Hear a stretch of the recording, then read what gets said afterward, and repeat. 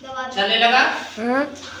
ठीक है, मेरी तरफ देखें, उधर न देखें। विज्ञान का पाठ जीव जगत, कक्षा 6 में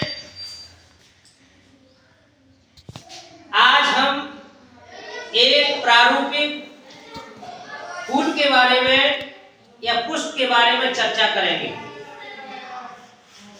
पुष्प को अंग्रेजी में फ्लावर कहा जाता है। कई पौधों में पुष्प एक लिंगी भी हो सकते हैं और कई पौधों में द्विलिंगी भी हो सकते हैं। एक लिंगी का मतलब है कि उसके अंदर या तो मादा भाग होगा या नर भाग होगा, लेकिन ज्यादातर पौधों में द्विलिंगी पुष्प पाए जाते हैं, बाइसेक्सुअल फ्लावर पाए जाते हैं, जिसमें नर भाग और मादा भाग दोनों एक ही फूल के अंदर होते हैं, एक ही पुष्प के अंदर होते हैं। सबसे पहले हम बात करते हैं एक टिपिकल पुष्प के बारे में। तो टिपिकल पुष्प का सबसे बाहरी भाग जो हरा होता है उसे हम बाह्य दलपुंज या अंग्रेजी में कैलेक्स कहते हैं। अंग्रेजी में कैलेक्स कहते हैं। इसका काम भोजन बनाने का होता है। इसका काम भोजन बनाने का होता है। इसकी एक इकाई को सेपल कहा जाता है। इसके अंदर रंगीन भाग होता है। रंगीन भाग का एक चक्र होता है। उस चक्र को हम दलपुंज कहते हैं, अंग्रेजी में कोरोला कहते हैं। इसकी एक इकाई को पेटल कहा जाता है। फिर उसके अंदर भी चलते हैं, नरभाग पाया जाता है। इस नरभाग को पुंकेसर कहा जाता है। पुंकेसर को अंग्रेजी में एंड्रोसियम कहा जाता है। पुंकेसर में 3 भाग होते हैं, जहां पर एक गदानुमा फूला हुआ भाग होता है, उसे हम एंथर कहते हैं, जिसके अंदर परागकणों का निर्माण होता है। ये परागकण पुंकेसर के नर भाग होते हैं, नर चीज होती है।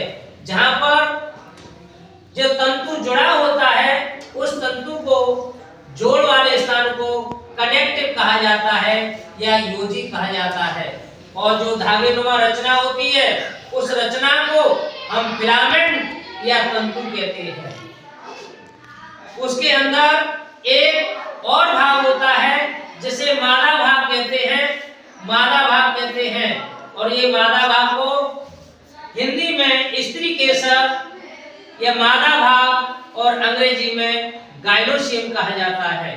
गाइनोसियम में ऊपर जो प्लेट के आकार की रचना होती है, उस रचना को स्टिग्मा या वर्तिकाग्र कहा जाता है। तथा ये नली नुमा रचना होती है, उस नली नुमा रचना को वर्तिका या स्टाइल कहा जाता है।